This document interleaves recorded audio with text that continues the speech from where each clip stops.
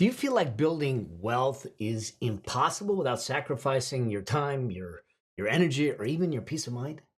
Listen, if you've ever wondered how to create a life where your money finally works harder for you than you did for it, and not the other way around, this is the episode for you. Because today I'm literally going to pull back the curtain on the 12 income streams that I've built by age 63. And actually, they were built decades ago. And I'm going to show you how they've literally given me the freedom that I have today in my life to be able to make choices and do the life the way I want to do it.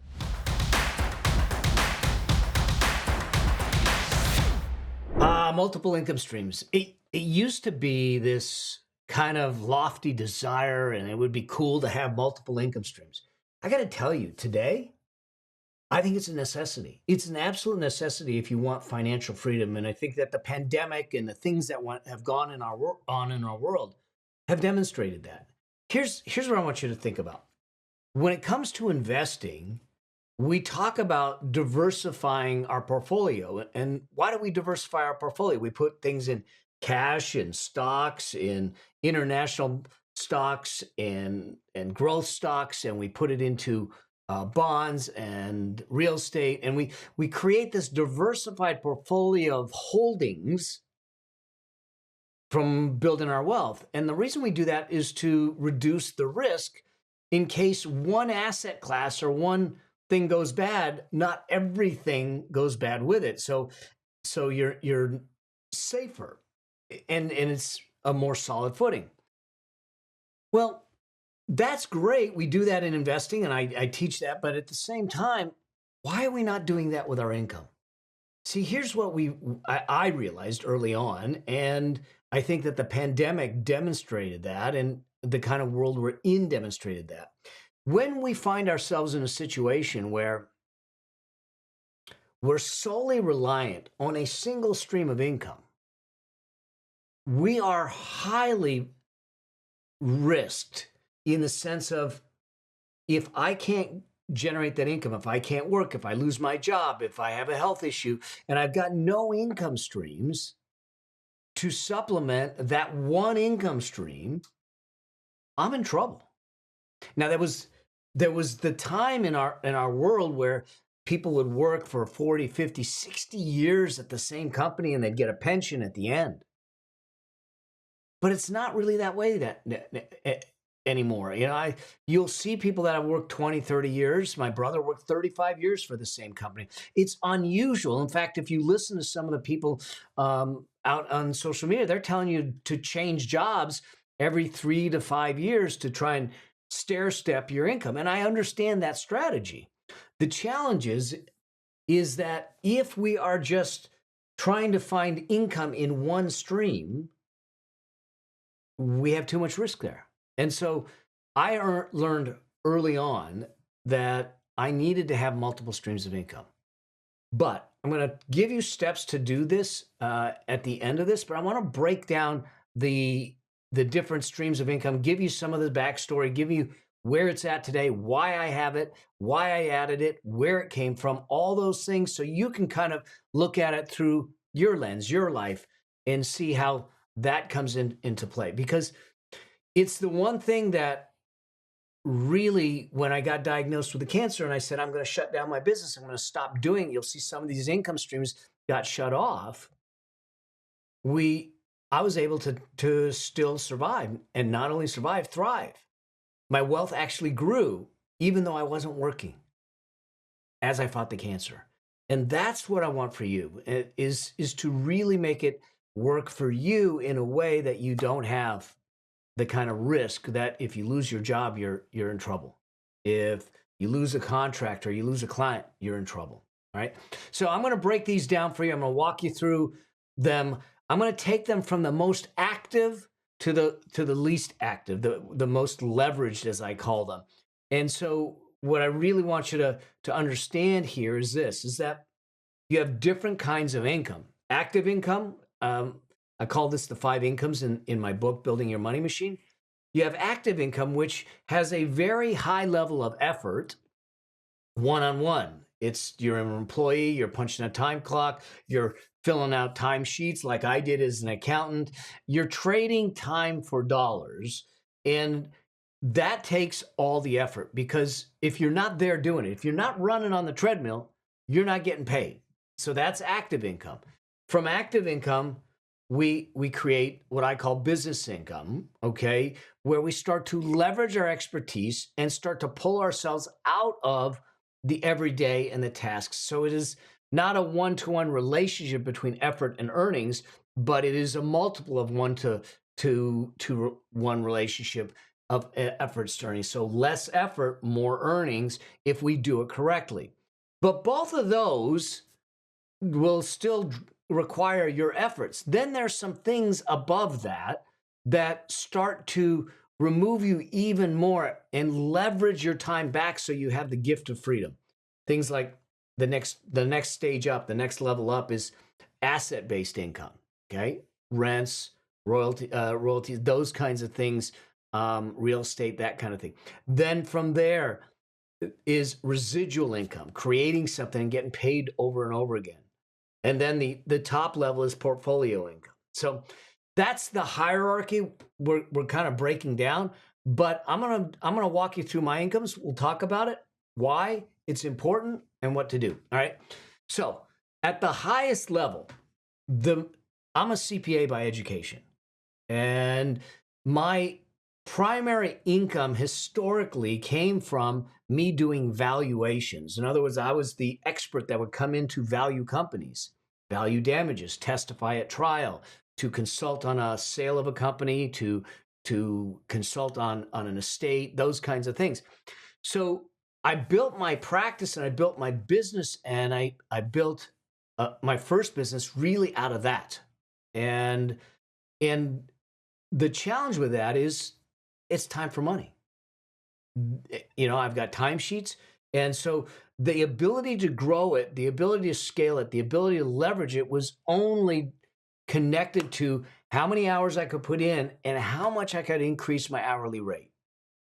But it was a lucrative area of business that allowed me to create cash flows to use to build the money machine. Remember, I say in the book that you're on two journeys. You're on the earnings journey, which is your active income journey, and you got to be on the money journey, which is your wealth creation journey. And we got to do them at the same time. So I started with that. That, truth be told, I'm winding it down. I'm taking very select clients, very few. I get paid well to do it. And if they don't want to pay me the way I want to get paid, then I don't take the job.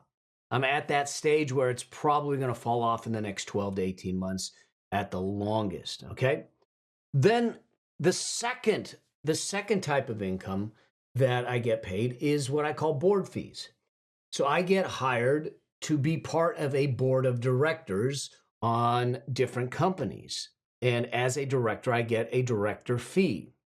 Now, this takes some time, but it doesn't take a lot of time, because typically board of directors meet quarterly. So I have to meet for 1 or 2 days a quarter with the rest of the board and take a couple phone calls through the year and then get paid relatively well for that. Now, in order to do that, you have to have some expertise. You got to be able to provide value, strategic value, financial value, perspective, those kinds of things. So I get a chance and I get asked to be on boards.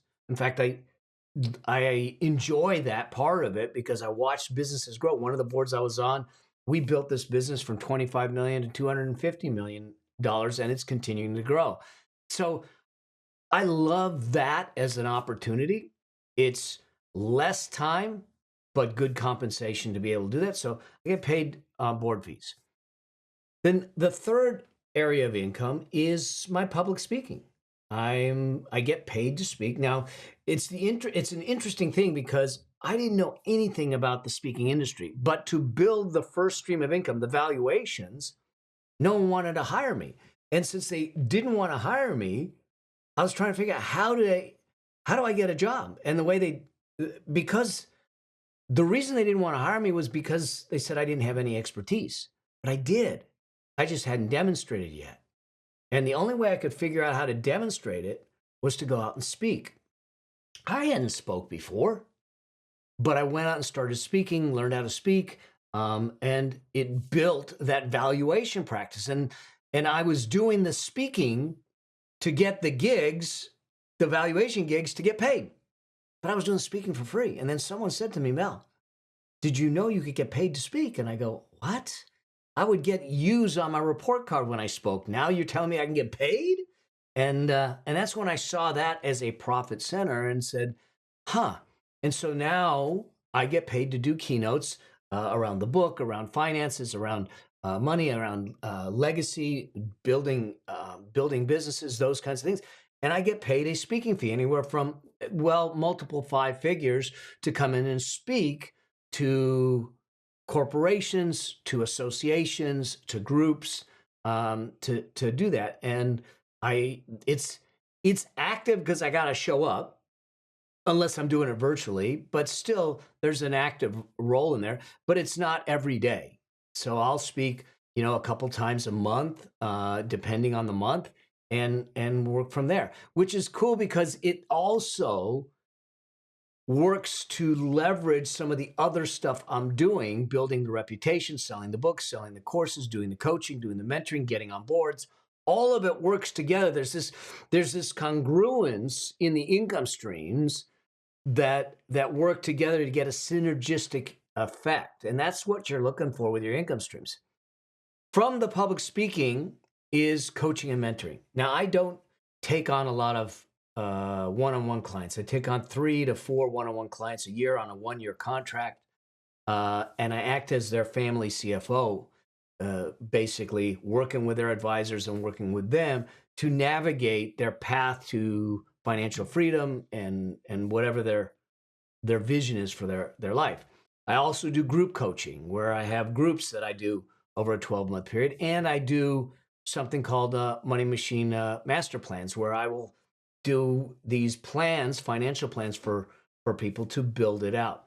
So those they don't require daily effort, but they do require consistent effort and attention to the clients, to the groups, to the coaching as I'm doing it. And I'm very selective with it. Everything at this level is very much application only because I want to know that I enjoy working with them. I want to know that I can make an impact. I want to know that they're going to do the work that they need to do so we together can get them to accomplish the dreams that they want. But this is an income stream that is there. Now, those are the more active income streams that I have. Now we start to go into what I call hybrid income streams that leverage off of those active income streams. And so there's less effort here. So the fifth income stream is affiliate marketing.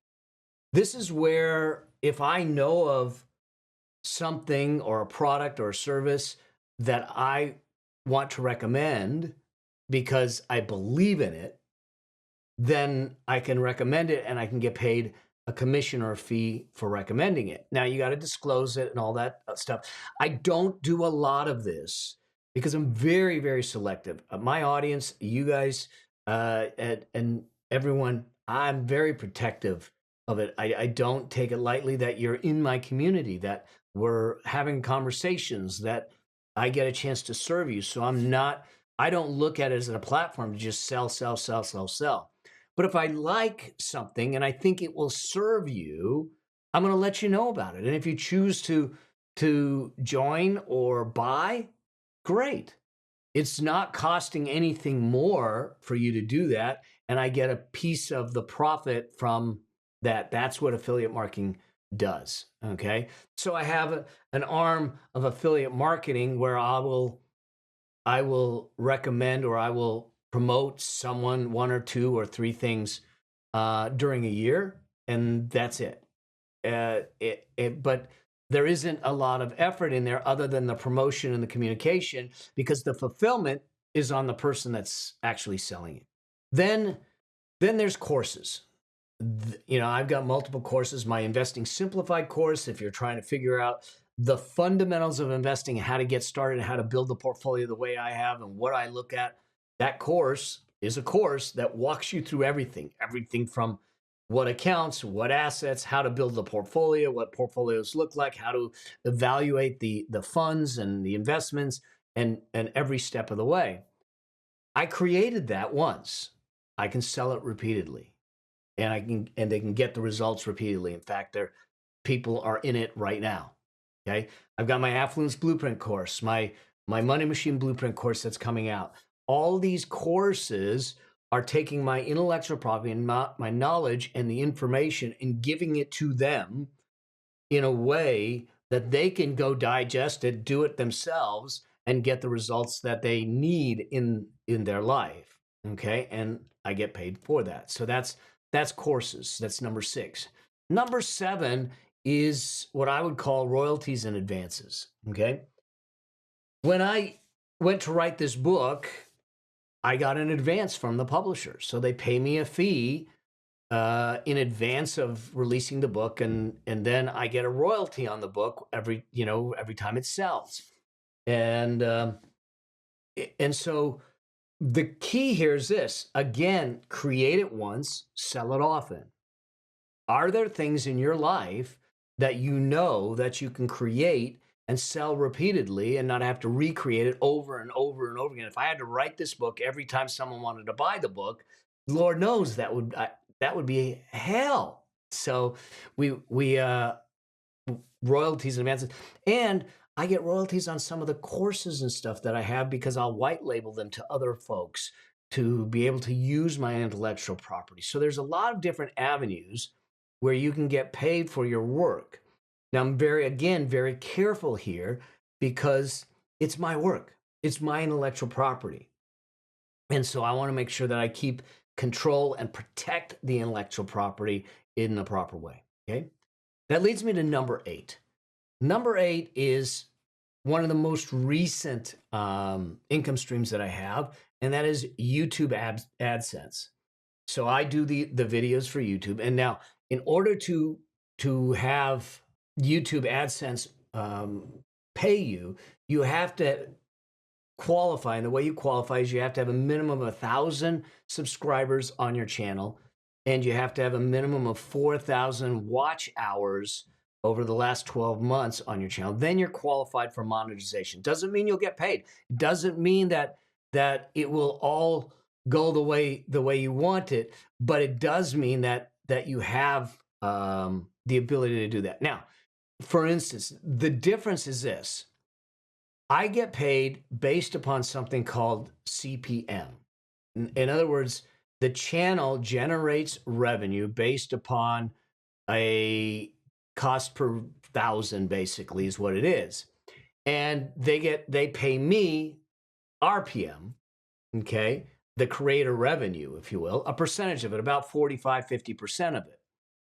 Depending on the genre of your topic, and even depending on the video, you actually can get paid differently, and you can make a fair amount of money on it. I happen to be in an industry where the genre gets paid well. The CPMs are high. They're anywhere from $15 to $25, $30. So that means that for every 1,000, I'm probably making $8 to $12 per 1,000. So for instance, there's a video that I literally just released this week. Okay. It's only made, I'll refresh this. It's only made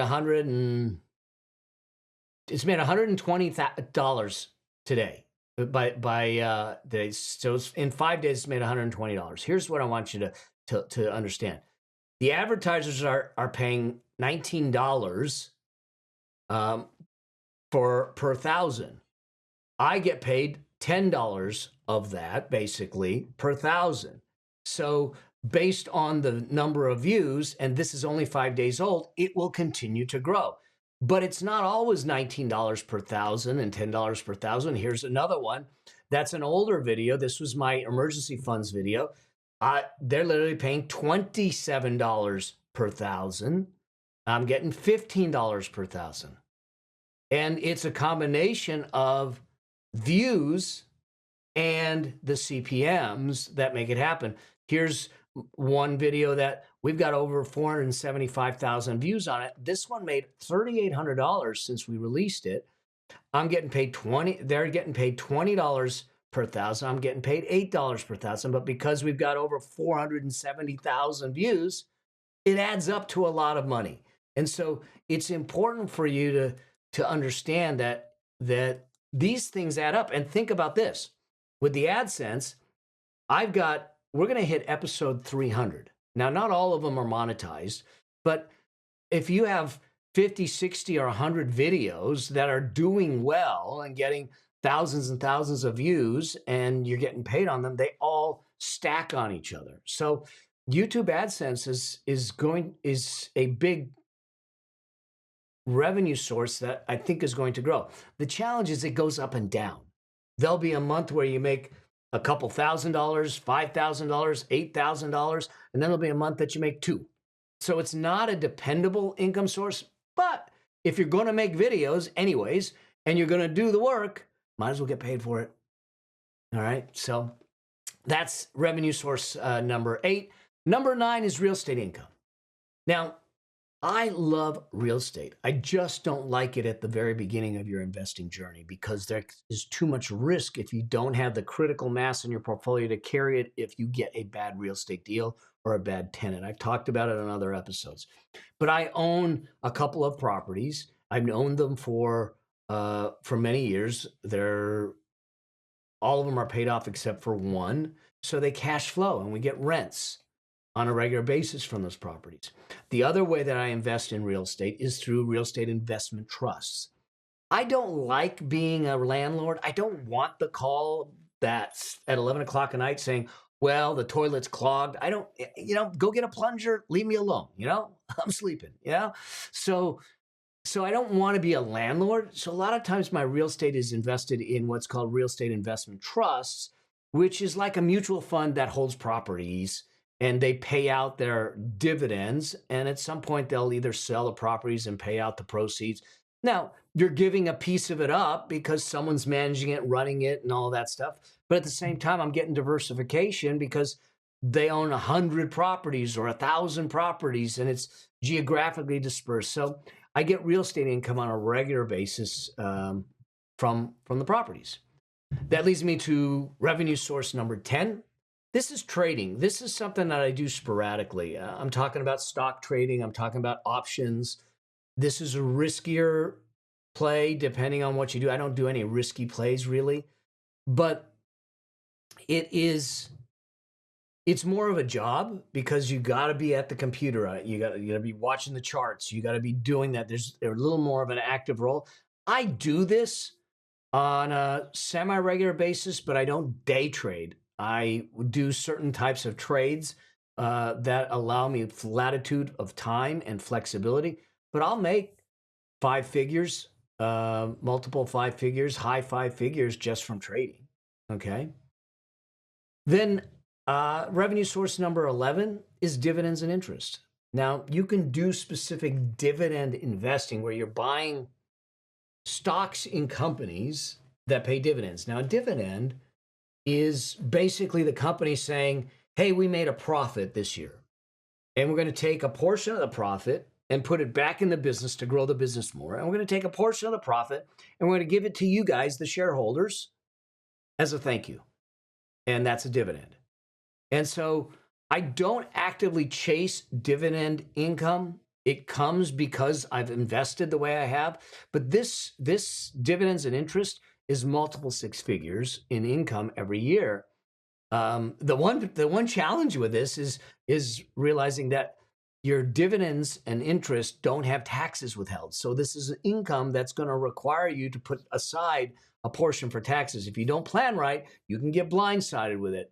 Now, some dividends are going to be taxed as capital gains, more advantaged tax rates, but you got to plan for it. But this is truly passive. And when you build a money machine in a portfolio that's properly invested, you're going to get this just by having it.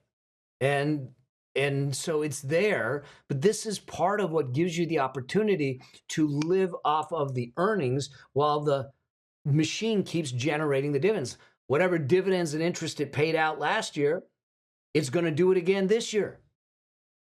Now, if I took it out to live off of, great, but I don't.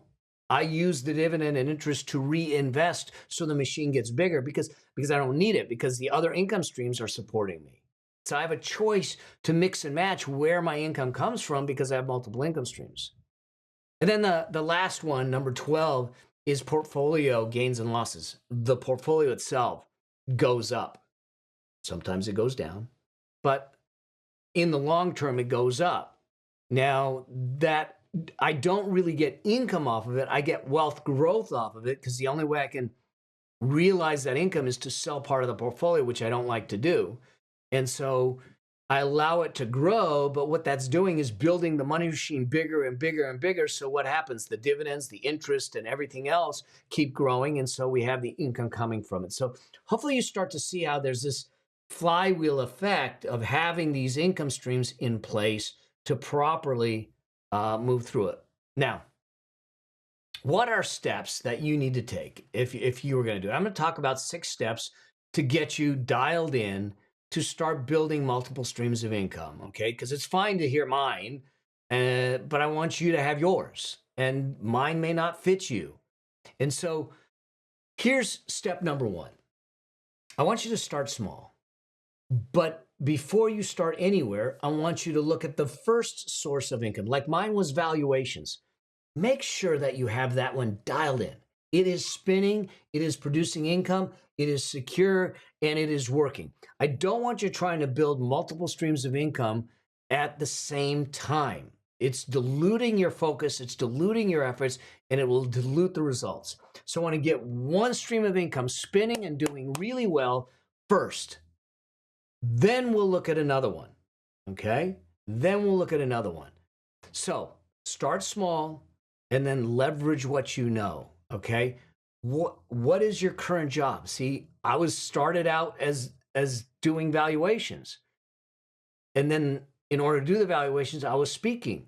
Well, I was already speaking. Why not get paid to speak? So I added that income stream, okay? You see where we can do that. Then I decided to create a course. But it's all like 1 or 2 degrees off of what I'm already doing. So it's not a left turn or a right turn and a big shift. It's ancillary. And now that's what creates that intentional congruence, as my friend Nito Kubain talks about, between your income streams. So they all work together. But start small, figure out your skills and the knowledge, and figure out how can I leverage that to get an additional income stream. Is it a course? Is it coaching? Is it mentoring? Is it, a download of some sort, a tool of some sort, okay?